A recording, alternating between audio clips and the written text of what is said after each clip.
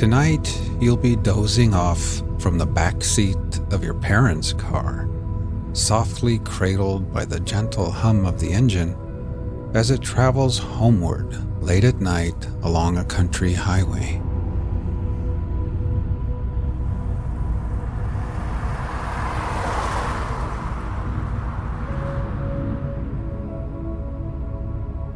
Imagine you are sitting in the back seat with your head nestled into a cozy pillow propped against the window.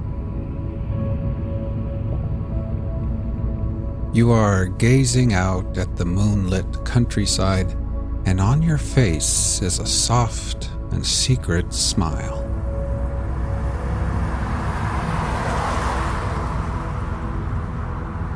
It's late Friday night, after playing in the pep band at your brother's basketball game far from home.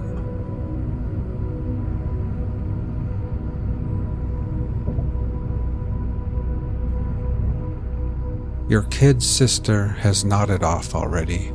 She's laying across the wide seat with her head resting softly in your lap.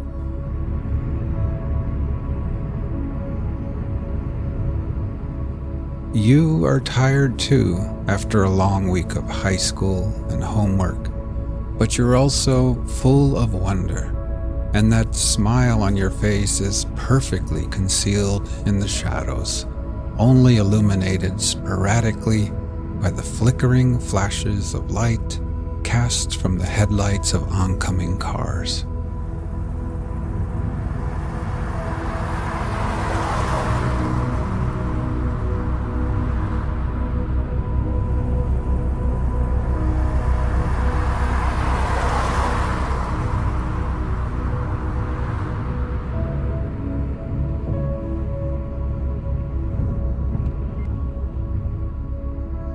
You rest your forehead against the cool glass of the window. Every now and then, a distant farmhouse light appears, towering like a lighthouse in the dark, casting bright beams across the endless, waterless ocean of a prairie.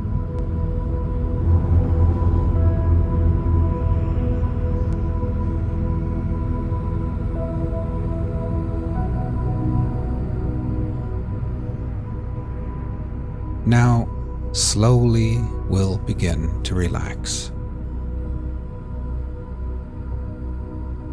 First, with eyes closed, just become aware of your breathing, feeling your chest gently rise and fall again.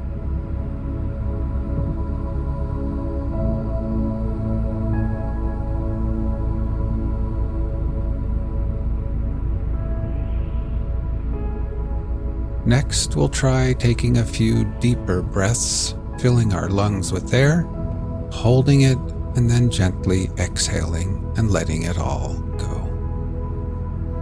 Ready? Inhale deeply, hold for 3, 2, 1, and then exhale.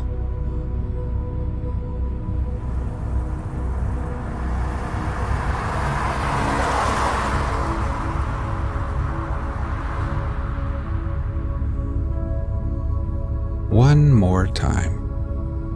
Breathe in deeply, hold for 3, 2, 1, and then exhale.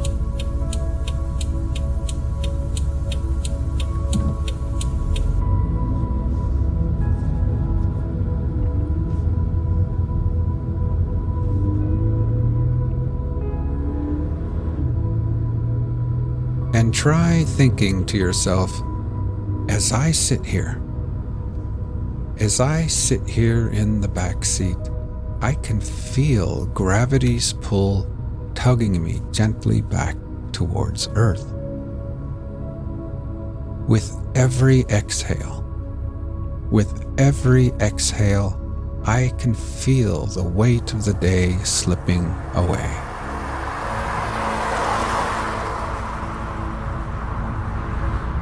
I can feel my feet, my ankles, calves, knees, and my legs, each part of me relaxing deeper and becoming heavier and more relaxed.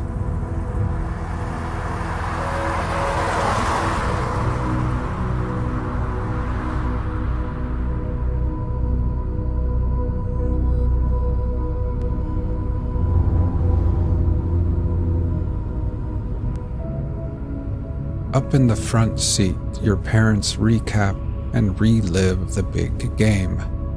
They talk of jump shots and fouls, rebounds and timeouts.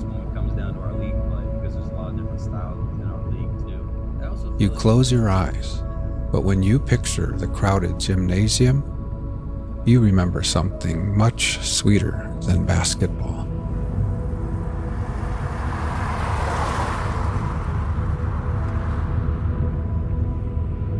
Your mind drifts back, but now the memory of the night is soothing and hypnotic, somehow quieter, as if it all played out in slow motion. Sneakers squeaking on the hardwood floor, cheers blasting out from spirit sections choreographed by cheerleaders and mascots.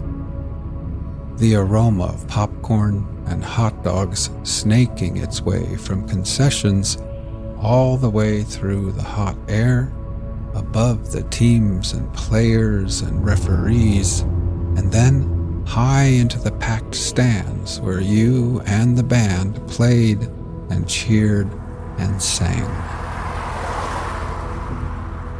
You quietly reflect on how unexpected your first love appeared in your young life.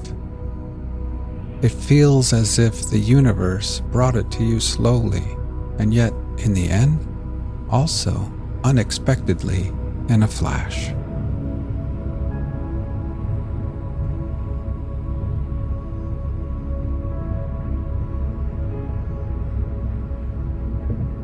Now let's try taking a few more deep breaths. Ready? Breathe in deeply. Hold for 3, 2, 1, and then exhale.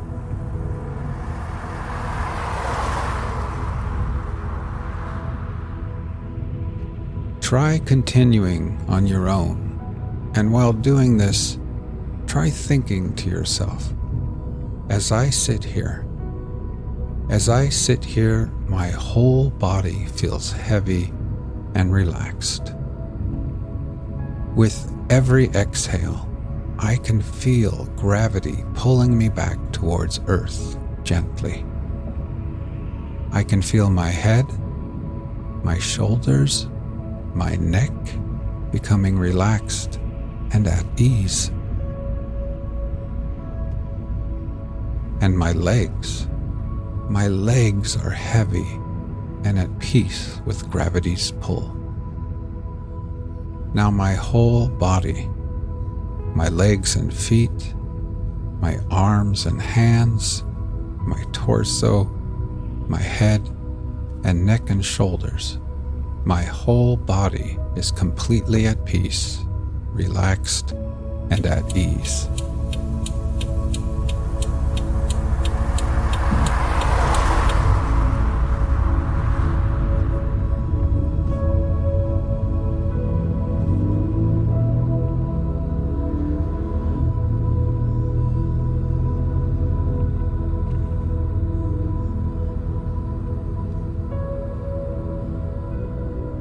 For weeks and weeks at band practice and at games, you had played right there next to each other, bumping elbows, close enough to catch quick flashes of fragrances, close enough for smiles, quick glances, silly and innocent flirtations without considering really when and where or if you might actually ever kiss.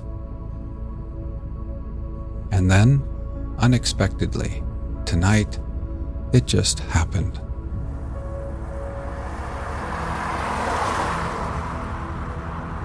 while the whole gymnasium was on its feet, the whole world preoccupied with some monumental moment of a basketball game. It just happened right there in the minuscule universe between the two of you.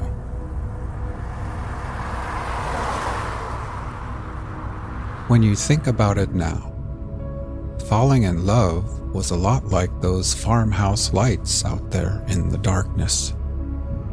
Everything approached so slowly at first, off in the distance, hardly moving at all.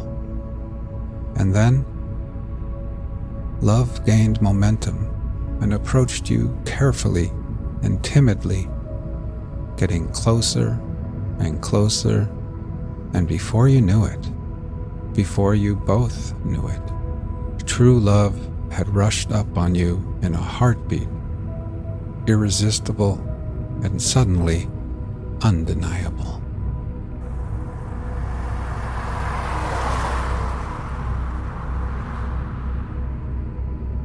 You smile now, thinking how you had always imagined your first kiss would happen somewhere private and hidden, and yet, in the end, yours was out in the open and in front of hundreds of people who never even saw it.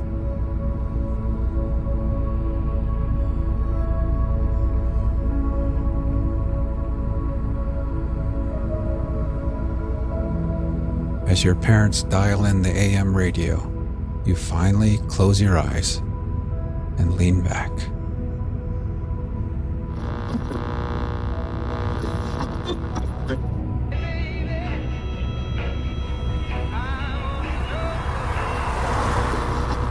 Loss of the steamship Titanic.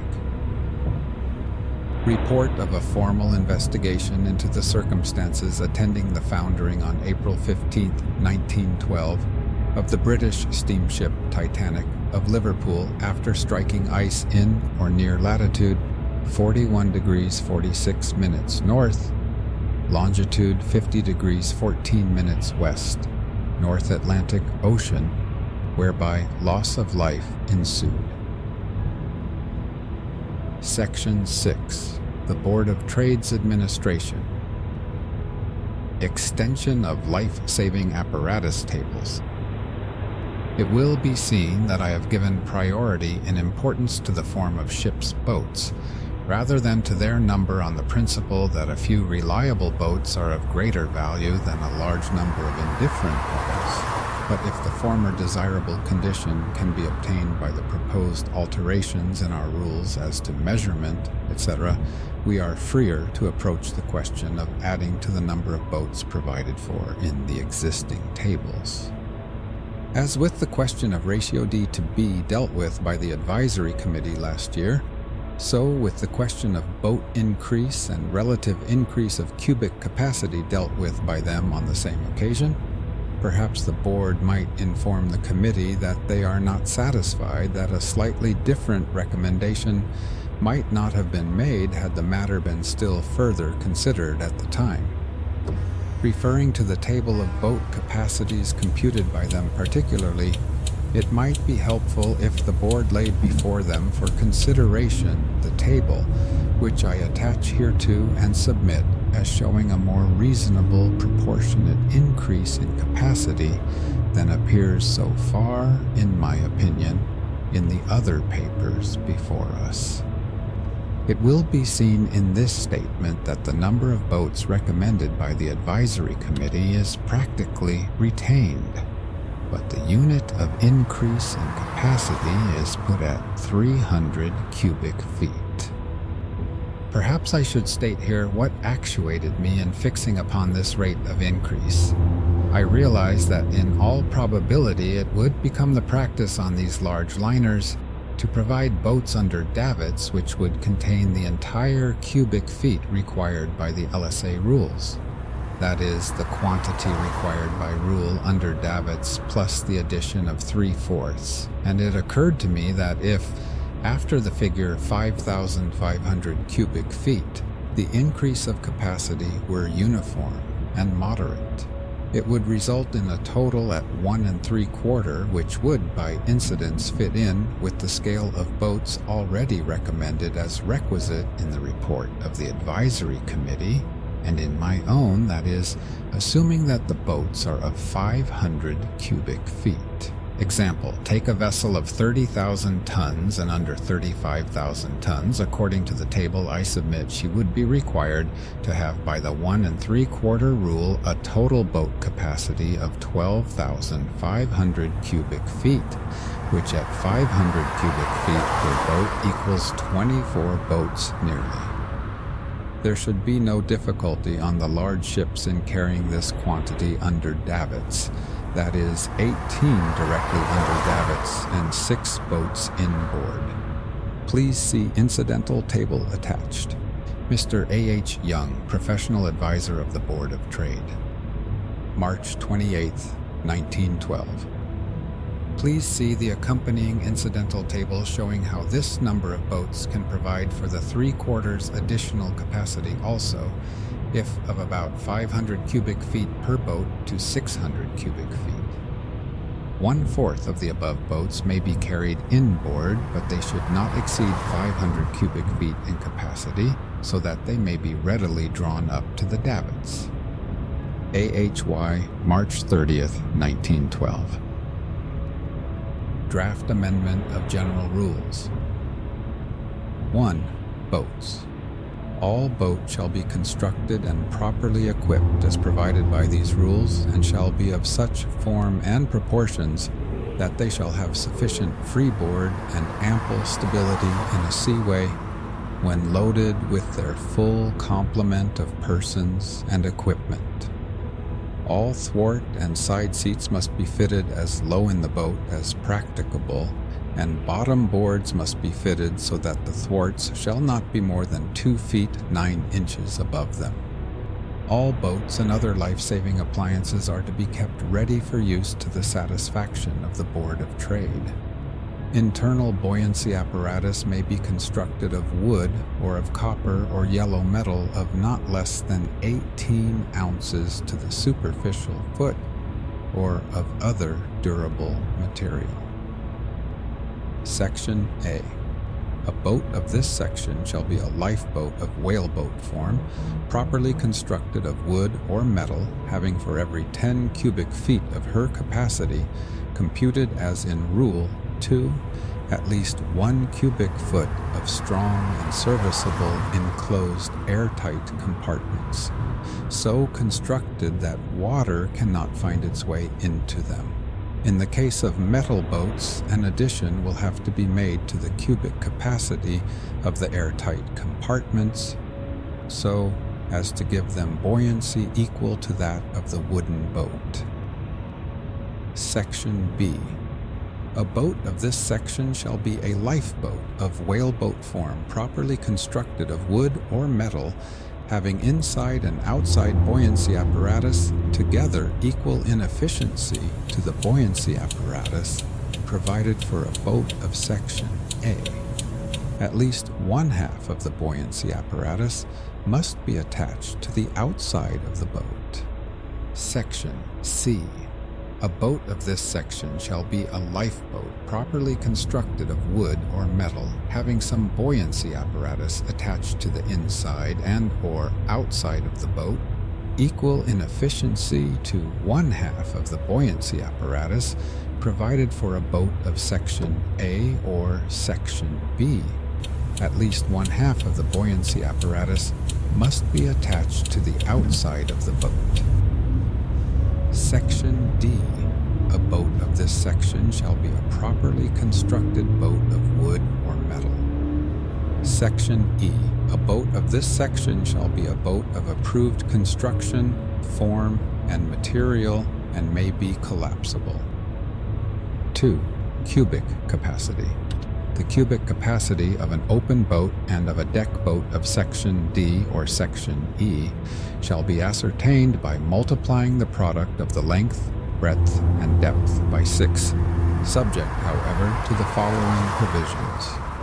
The length shall be measured from the foreside of the rabbet on the stem to the afterside of the rabbet on the stern post, and the breadth shall be measured from the outside of plank to the outside of plank amidships. The actual depth shall be measured from the top of the gunwale to the top of the bottom plank next to the keel, but the depth used in calculating the cubic capacity shall not in any case exceed 3.6 feet. And if the actual depth measured is equal to or less than 3.6 feet, the depth used in calculating the cubic capacity shall not exceed 45% of the breadth measured, as indicated above. If the oars are pulled in row locks, the bottom of the row lock is to be considered as the gunwale in measuring the depth of the boat. If any question is raised requiring absolute accuracy, the cubic capacity of a boat shall be ascertained by Stirling's rule, subject to the foregoing provisions as to depth. 3. Number of persons for boats. A. Subject to the provisions of paragraphs B, C, and D of this clause, the number of persons an open boat of Section A shall be deemed fit to carry shall be the number of cubic feet ascertained as in Rule 2 divided by 10, and the number of persons an open boat of Section B or Section C, or an open or decked boat of Section D or Section E shall be deemed fit to carry shall be the number of cubic feet ascertained as in Rule 2 divided by 8. The space in the boat shall be sufficient for the seating of the persons carried in it and for the proper use of the oars. B. An open boat of Section A or Section B or Section C or Section D or Section E shall not be deemed to be fit to carry the number of persons ascertained as in paragraph A of this clause, unless the boat is so constructed that it has a mean shear of at least half an inch for each foot of its length, and that the boat's half girth amidships measured outside the planking from the side of the keel to the top of the gunwale is at least equal to 9/10 of the sum of the boat's depth inside and half its maximum breadth amidships, and that the mean of the half girths measured in the same manner at 2 points, 1/4 of the length of the boat from the stem and stern post, respectively, is at least equal to 8/10 of the sum of the depth inside and half the maximum breadth amidships. C.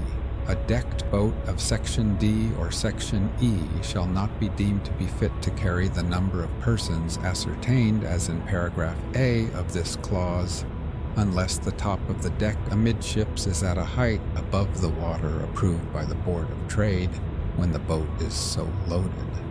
D. If the surveyor is doubtful as to the number of persons any open or decked boat is fit to carry, he may require the boat to be tested afloat with the intended number of persons on board. E. The rules numbers 1, 2, and 3, as now amended, are not to be retrospective and are to apply only to boats built after. Ship's boats. The salient feature of the reports of the board's officers on this subject is the consensus of opinion that the form of a boat is the chief factor to be considered in determining its value as a life-saving appliance. It has been found that while there are many boats of good form supplied to ships, there is yet a large proportion where the boats are not only not so good, but which can only be regarded as unsafe if they had on board anything approaching the number of persons for which they measure. It is the latter type we are chiefly concerned with. How is it that the form has so deteriorated as to create this concern in our minds? I think the cause is not far to seek. It appears to be the outcome of 1. The ship owner's desire to carry the maximum number of persons in the minimum number of boats. 2. In the efforts of the shipbuilder, as a rule, to carry out the specification in which he has contracted to supply the owners with boats at a price, often very low, and naturally he does not sublet his contract with the boat builder at a loss. 3. the aim of the competing boat builder, which is to build his boats at as little cost price as possible, and yet to provide accommodation for the prescribed number of persons. He is probably limited as to length, and therefore relies on the breadth and depth. In this direction, he is unintentionally assisted by the board's rule for measurement, namely L times B times D times 0.6 or 8. So long, therefore, as he can obtain his breadth at one point for measurement purposes, it is quite immaterial to him how soon he finds a way to the ends, with the result that the stability of the boat becomes almost entirely dependent upon the form of a very limited midship section, or the still smaller proportion of same that would be underwater when in the loaded condition. The boat builder may be further restricted as to breadth, and therefore he again detracts from the form a boat should have by dispensing with shear and increasing the depth from keel to gunwale amidships. This method of building boats enables him to obtain the capacity required by the owner at the expense of the boat's stability and utility. No doubt when the life-saving appliances rules came into being, the divisors 10 and 8 for the different sections were deemed safe on the supposition that the usual full form of boat would not be largely departed from. Experience has shown, however, that form is frequently sacrificed for the unworthy objects referred to above, and it follows, therefore, that either the form should be improved or a heavier divisor laid down. It would, I think, be more effective to deal with form and devise a rule by which we can ensure that a boat will be reasonably safe with its load, not merely in smooth water, as in our recent test, but in a seaway. It is essential, therefore, to draw the attention of the advisory committee to the value the board attached to form, and particularly to that part of it under water, emphasizing the great necessity there is for an increase to the bearing surface of the underwater portion of boats, and this end can, no doubt, be best attained by the putting into practice of the suggestions made by the principal ship surveyor for amending the rules, and which aim at prolonging the form or fullness of dimension of the midship body underwater well toward the ends of the boat. It is well known that by extending the body in this way, greater buoyancy and stability are secured without materially affecting the speed. It is often supposed that defective stability due to bad form can be rectified by the disposition of the persons or things, but anyone with real experience of boats in a seaway cannot fail to realize that this is the wrong principle to work on. Granted, therefore, that the question of form must take priority, how can it be best attained? And if we refer to Mr. Archer's method of measurement as stated in his amendment to the rules, it will be seen how simple and effective it is.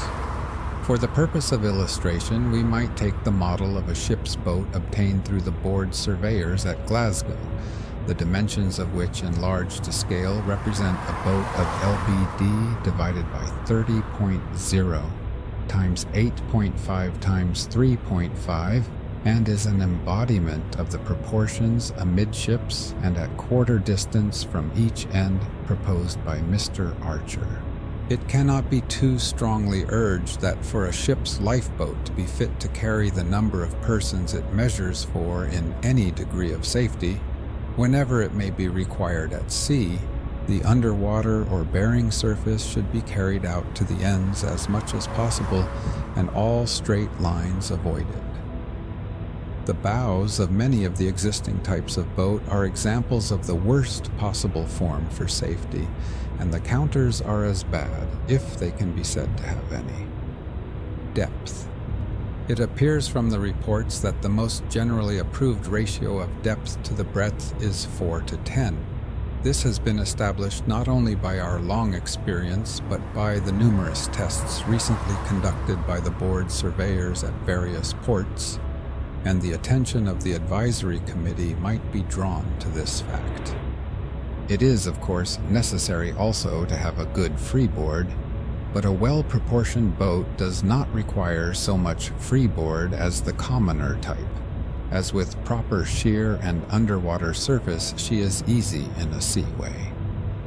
If the gunwale is too high, there is loss of power over the oars, which is serious when, for the safety of the boat, she is required to be kept head-on to sea, and with a fresh breeze, even in a good boat, this is not always an easy matter. It is a matter for consideration that at the tests made by our surveyors, the conditions were most favorable, being usually in smooth water of a sheltered dock.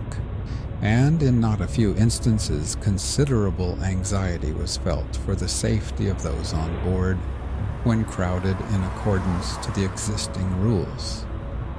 If it was thus in smooth water, one dare hardly contemplate the results in a seaway.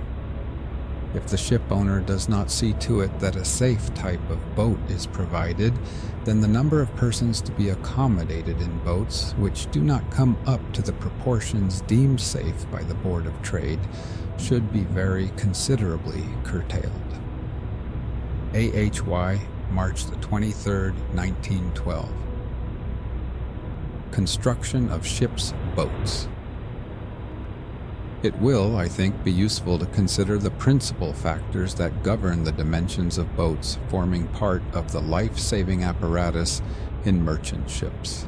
The minimum number and capacity of boats are determined by the regulations, and the capacity is determined by the product of the length, breadth, and depth of the boats. As the space on the ship in which to stow the boats is generally limited, it is generally found easier to increase their depth than the length or breadth, and this is further encouraged, I believe, by the cost of boats being quoted at so much per foot in length. The builder or owner determines the dimensions of the boat builder is concerned merely with the construction and, in most cases, usually their form or lines. Attention has been called by the Mark Lane surveyors to the form and proportions of the boats used in the Royal Navy.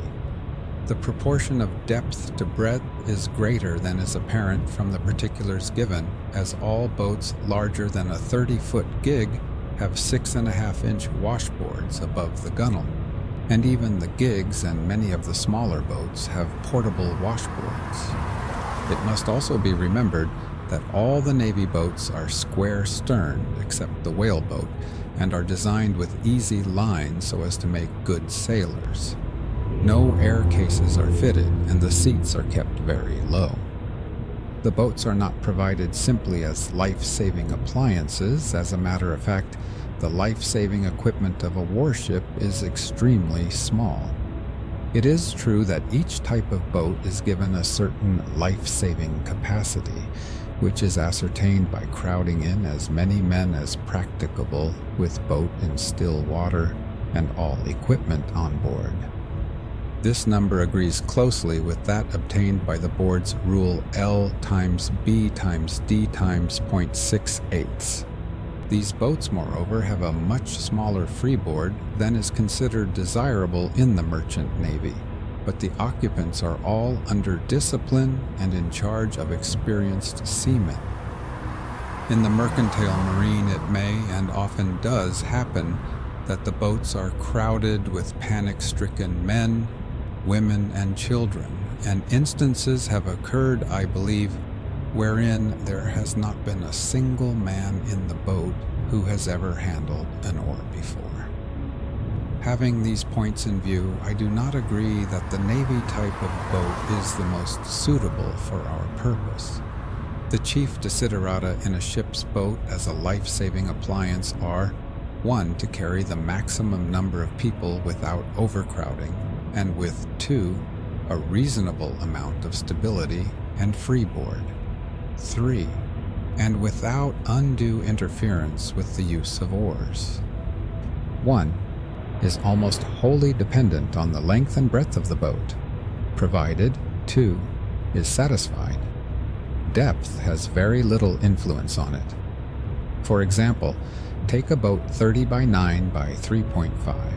567 cubic feet by our rule, as a Section D or E boat, it should carry 567 divided by 8 equals 72 people.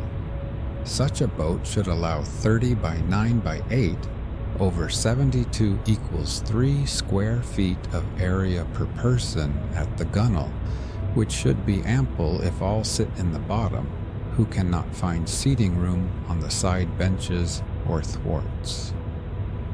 2. Stability and freeboard are dependent upon the boat's breadth, depth, and form. The element of length does not enter into it, and it would be most unreasonable to limit the ratio of length to breadth, as suggested from Liverpool, or to limit the depth to the cube root of the length, as proposed by one of the London surveyors. Mr. Gemmell gives particulars, mass 26,298 of 4 boats tested, which proved to have ample accommodation and stability for the complements allowed by the regulations. The ratio of depth to breadth varied from 0.41 to 0.45. Captain O'Sullivan also reported 5 boats which he tested with ratios of D to B varying from 0.4 to 0.44, all except one being satisfactory, the exception being rather tender and overcrowded due to poor lines. The freeboards of all these boats when loaded were, I think, sufficient. The depth in no case exceeded 3.6, and only in one case did the ratio exceed 0.44. The surveyors, Liverpool, tested a boat 3.75 deep and having a ratio of D over B equals 0.41, which proved satisfactory. Captain Griffiths tested a boat 4.1 deep, having a ratio D over B equals 0.455, which he considered to be unsafe with the full complement on board. The consensus of opinion is that the depth should not exceed 3 feet 5 inches or 3 feet 6 inches, and the ratio of D over B should not exceed 0.44. This, however, is not sufficient to guarantee sufficient seating and stability. Captain Clark tested a boat 24.4 by 6.55 by 2.45, which was very unsafe with the rule complement on board. The ratio D over B is only 0.38 in this case. It will be seen, however, that this craft has exceptionally fine lines and is evidently quite unsuited to carry the rule complement. It is quite evident that the form of the boat must be taken into account. The dimensions of boats vary so greatly that generally the boat builder builds his boats to the eye, using only a midship mold. It follows that the forms of boats of the same dimensions will vary considerably and with different workmen. Something more is required than a limitation in the ratio of depth to breadth. It is desirable that the sheer should be ample, and the form not unduly find a way within the midship half length. From consideration of the particulars and lines of the boats mentioned in the surveyor's reports, I think a simple rule to regulate the form may be devised, such as I will indicate later. It is, I think, necessary to limit the depth as a factor for ascertaining the number to be accommodated. The increase of depth beyond a certain point, while unduly increasing the number of people that may be carried, increases proportionately the required air case capacity, to meet which the seats have to be raised with a corresponding increase in the height of the center of gravity and decrease in the stability and difficulty in rowing. A boat 3.6 deep would have the thwarts about 3 feet above the bottom, and any increase in this height makes it very difficult for any ordinary man to row when sitting down. In rough sea, the men would have very little control over the oars if standing up. A further objection to the very deep boat is its small stability in the light condition. It is not, I believe, an unusual occurrence for such boats to capsize in rough weather, before the passengers or crew can be got into them, and I have myself seen such a boat capsize in dock with only 2 men in it, due to lumpy water and a stiff breeze catching it on the beam when coming out of the shelter afforded by the dock wall. I do not think, however, any limit of depth should be imposed, except as a measure of capacity. Any rules that may be devised should be such as are of easy and ready application, and which will not bear harshly on the boats that have already been accepted. I therefore suggest that the present rules will sufficiently meet the case with the following modification. In no case should the depth to be used in General Rule 2 exceed 3.6 feet and 45% of the breadth.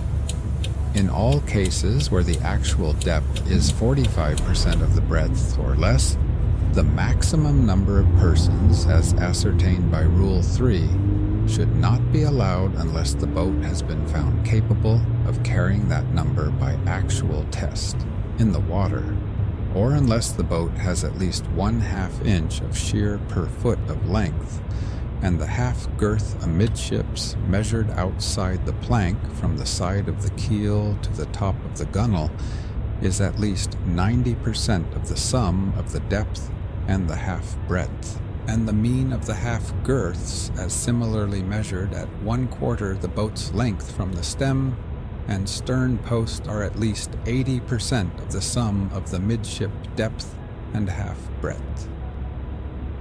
The thwarts and side benches should be kept as low as practicable, and the bottom board should be so fitted that the height of the thwarts above them will not exceed 2 feet 9 inches. AJD, January 27, 1912. Mr. A.J. Daniel, Acting Principal Ship Surveyor to the Board of Trade. It should be stated that the new committee on bulkheads mentioned in the paragraphs of this letter, which deals with Rule 12, has now been formed. Subsequently, Sir Walter Howell wrote and sent 3 letters to the Advisory Committee, which were as follows. Board of Trade, Marine Department, 7 Whitehall Gardens, London, S.W., April 20th, 1912. Sir, with reference to previous correspondence between the Department and your Committee, respecting the revision of the statutory rules for life-saving appliances on British ships, and particularly to the letter from this Department of April 16th, I am directed by the Board of Trade to state that as an entirely new situation has been created by the recent disaster to the steamship Titanic, they assume that the committee, in reconsidering the matter in connection with the suggestions already put before them by the Board, will have full regard to this new situation and the facts of the disaster so far as ascertained. As you are doubtless aware, suggestions have been made in the House of Commons and elsewhere to the effect that, in view of the loss of the Titanic, action should be taken by the Board of Trade in regard to certain questions other than those expressly dealt with in the life-saving appliances rules. For example, in regard to 1. Steamship routes in the North Atlantic, 2.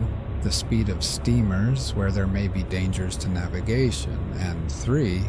the provision and use of searchlights on large passenger steamers. And the Board would be glad to know the Committee's views in regard to these and any other suggestions which may have come to their knowledge intended to diminish the risk or to mitigate the effects of accidents to passenger vessels at sea. I am, etc., Walter J. Howell. The Secretary, Merchant Shipping Advisory Committee, Board of Trade, Marine Department, 7 Whitehall Gardens, London, S.W., April 24th, 1912.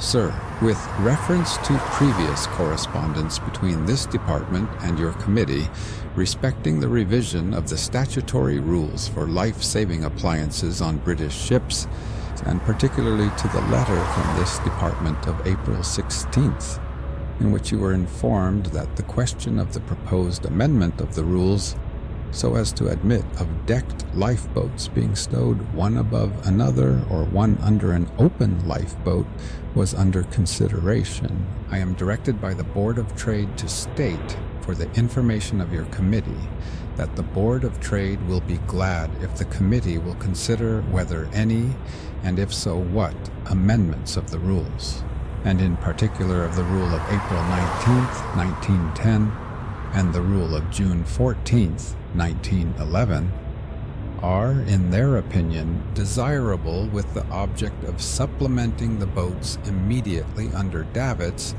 by as much additional boat accommodation as is practicable, having regard to the new situation which has been created by the recent disaster to the steamship Titanic. A plan illustrating the principle is being prepared so as to be in readiness for your committee by Friday. I am, etc., Walter J. Howell.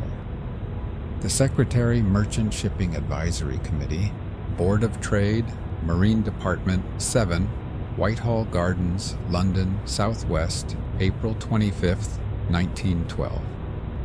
Sir, with reference to previous correspondence respecting the proposed revision of the statutory regulations as to boats and life-saving appliances on ships, I am directed by the Board of Trade to state, for the information of the Merchant Shipping Advisory Committee, that apart from the questions which have been raised regarding the boat accommodation on vessels over 10,000 tons, it seems desirable to consider whether the provision of boats and other life-saving appliances required by the rules in the case of vessels under 10,000 tons is satisfactory, or whether the rules or the boat scale should be altered in respect of their application to such vessels. And the Board would be glad to be favored with the observations of the committee on this point, in addition to those that have already been referred to them. I am, etc., Walter J. Howell. The Secretary, Merchant Shipping Advisory Committee. To these letters, the Advisory Committee sent the following answer. Merchant Shipping Advisory Committee, 7, Whitehall Gardens, London, Southwest, April 27, 1912.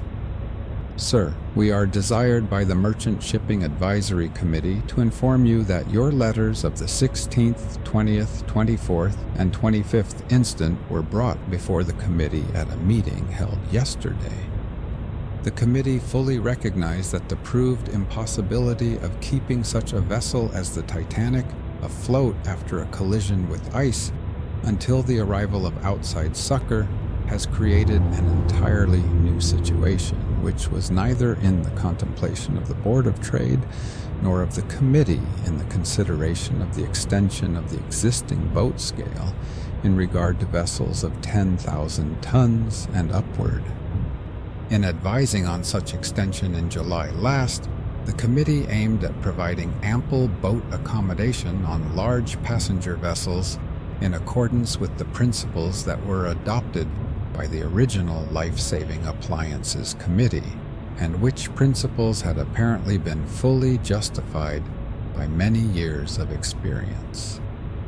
It is with satisfaction that the committee note that the Board of Trade, apart from the new possibilities demonstrated by the loss of the Titanic, agreed in the essentials with the recommendation of the committee.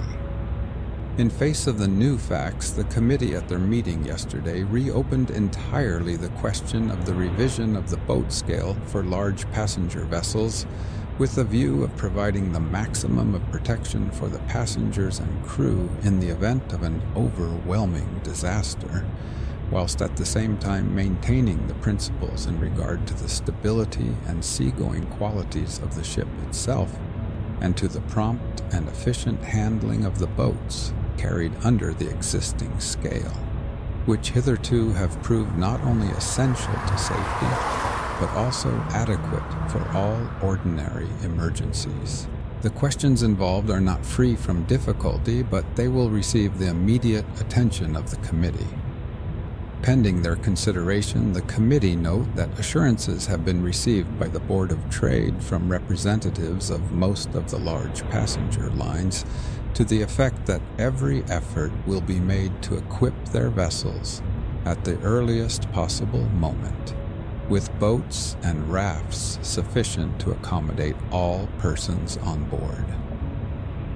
In regard to the recommendation forwarded with the committee's letter of July 4th last, that the Board of Trade should, having regard to the developments in shipbuilding since the report of the Committee of 1891 on spacing and construction of watertight bulkheads, review the requirements designed to attain the standards at present enforced under Rule 12, the Advisory Committee note that the Board of Trade have under consideration the appointment of a committee of equal standing to that of the Committee of 1891.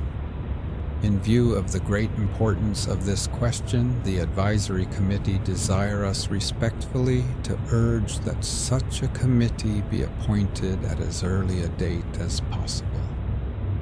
The subject of the general revision of the statutory regulations as to boats and life-saving appliances on all ships, which, apart from the questions regarding the boat accommodation on vessels over 10,000 tons, is for the first time referred to the Advisory Committee by the letter of the 25th instant, together with the particular questions raised in the letters of the 16th, 20th, and 24th instant, are also receiving the immediate attention of the committee.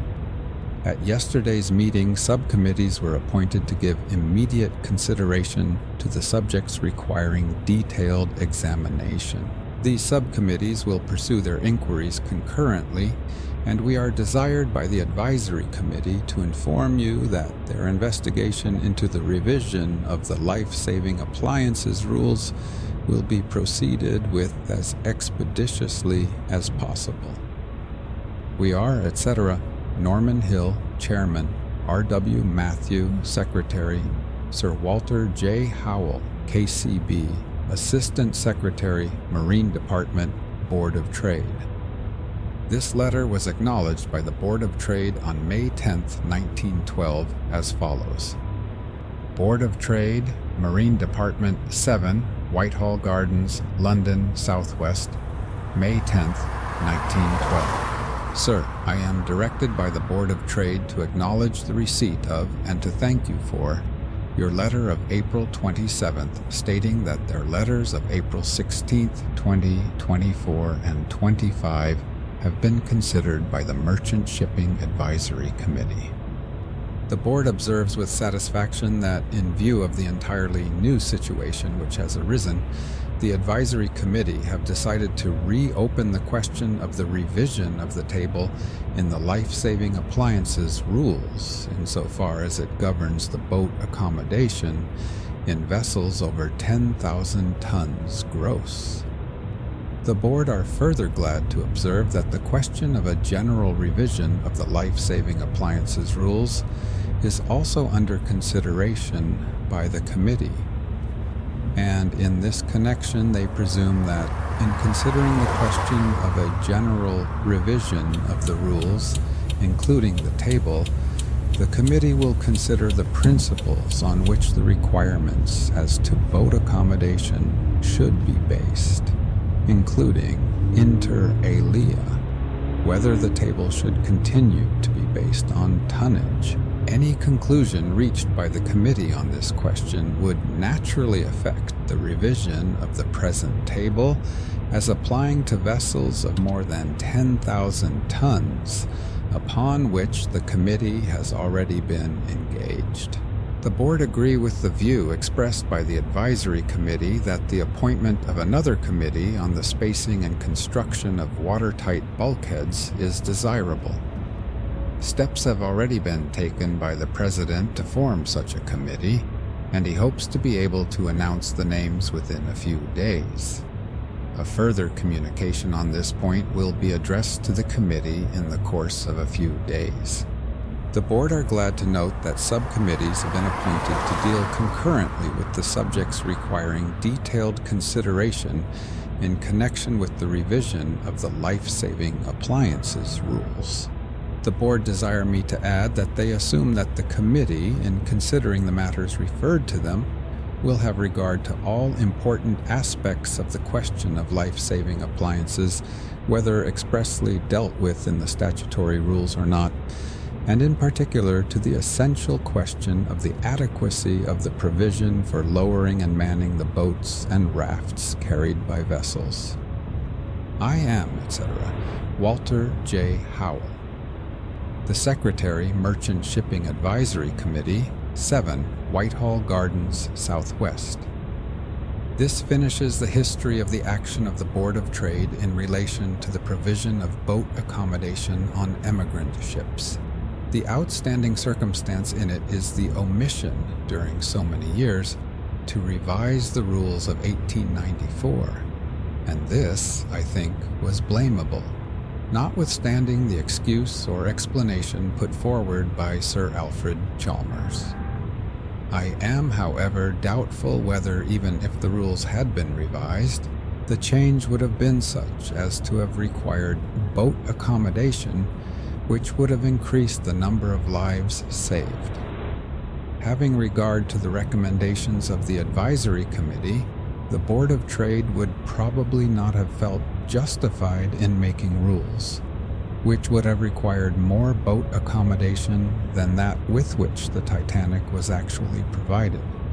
And it is not to be forgotten that the Titanic boat accommodation was utilized to less than 2/3 of its capacity.